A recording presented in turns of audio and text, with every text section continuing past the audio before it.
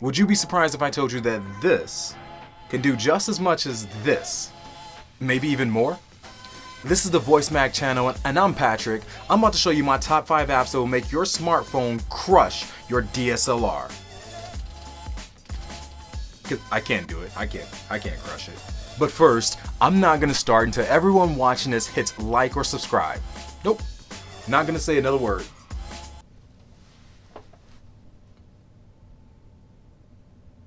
Whenever you're ready, go ahead and hit like and subscribe, and I'll keep talking. Yep, I'll know when you hit it. Think I'm playing?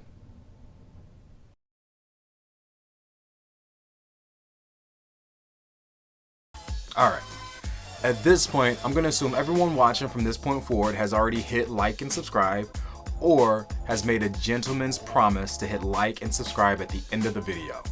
I'm cool with that. Roll intro.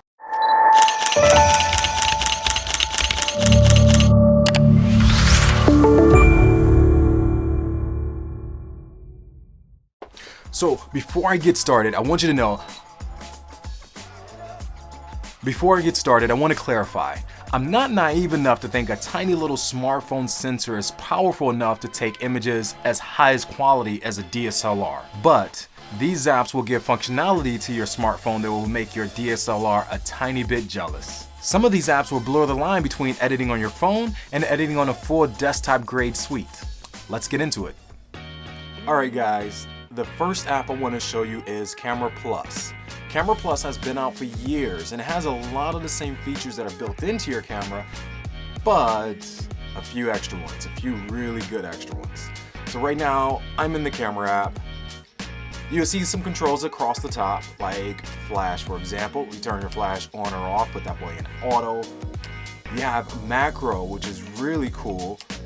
I was already in macro, but what macro does is let you get really close to take really close photos without the need of an external lens. Take that out of macro. We got portrait mode. So portrait mode allows you to do the same thing your dual cameras allows you to do. It allows you to get that portrait data. Use both of your dual cameras to get portrait data and extend that depth of field. Of course, you got your crops. Then the last one, flip to selfie mode. At the bottom, you'll have where you can adjust your exposure.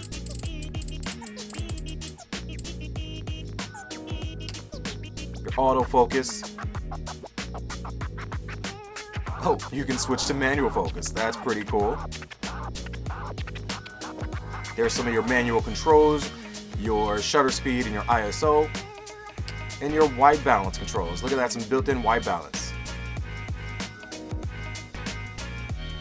And by tapping the screen, you got exposure lock. Now, let's get on to some of the other cool features of Camera Plus. One of my favorite features of Camera Plus is the built-in light box. You can see this on both devices here.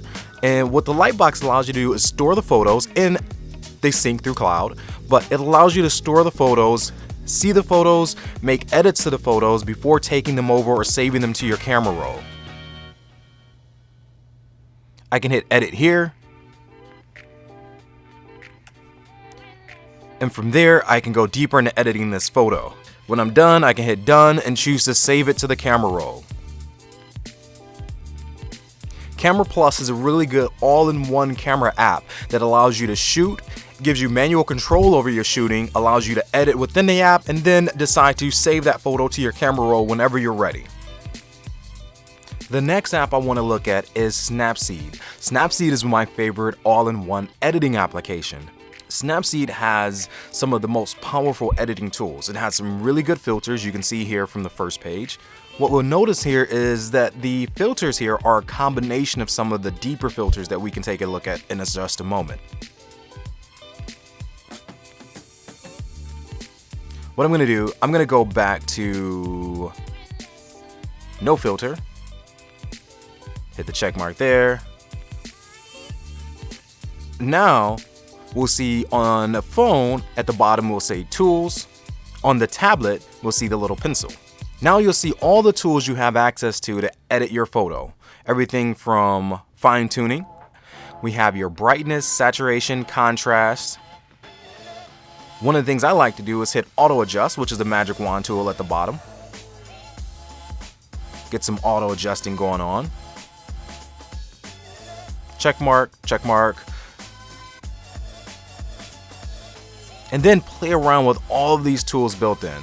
There are a lot of things within Snapseed you can play around with to get your best image or to fine tune your image even more. So my next recommendation is a good collage app. Instamatic is my go-to app for collages. Cool thing about Instamatic is that it sets itself apart from other collage applications by giving you magazine-inspired templates. And you'll see at the bottom some of the built-in templates. These are, like I mentioned before, magazine-inspired or magazine-style templates. So this will help you set your templates apart or your collages apart from other people online.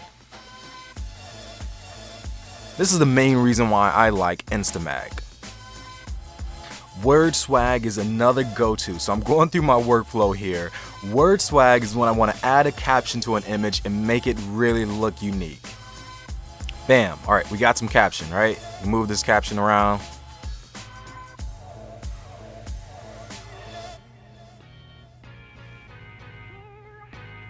So word swag, you can enter your own text here, but also word swag has some really cool built-in quotes that you can use.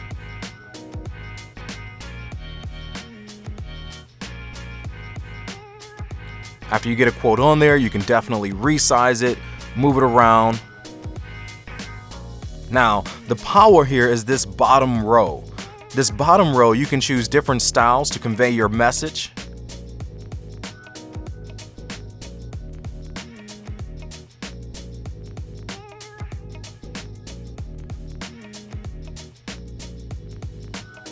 So this is another one I definitely advise you to play around with and find something you like. The next thing I want to talk to you about is social sharing. Yes, that is very important, right? If you're a photographer, you got to get your work out there. Behance. Behance is owned by Adobe. Behance, you can use your Adobe account to sign in. This allows you to sync photos from your other Adobe products. A lot of times when I describe Behance to other photographers, I explain to them it's kind of like Instagram for professionals. You'll have your feed that you can go through, but right now this is just my page. These links are shareable, so you can send them to anybody who doesn't have a Behance account.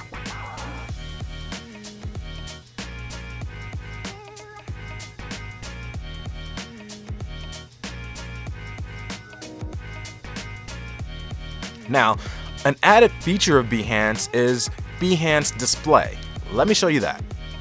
Behance Display turns your device, your mobile phone or your tablet into a portfolio. When you open Behance Display, you're able to give your device to whoever your client is or your potential client and let them scroll through specific albums or specific projects on your Behance account. So if I tap this, they're able to go through and see more of my work. It's the Behance app, but without the social aspect. It's just your photos that are saved onto your device so you can use as a portfolio.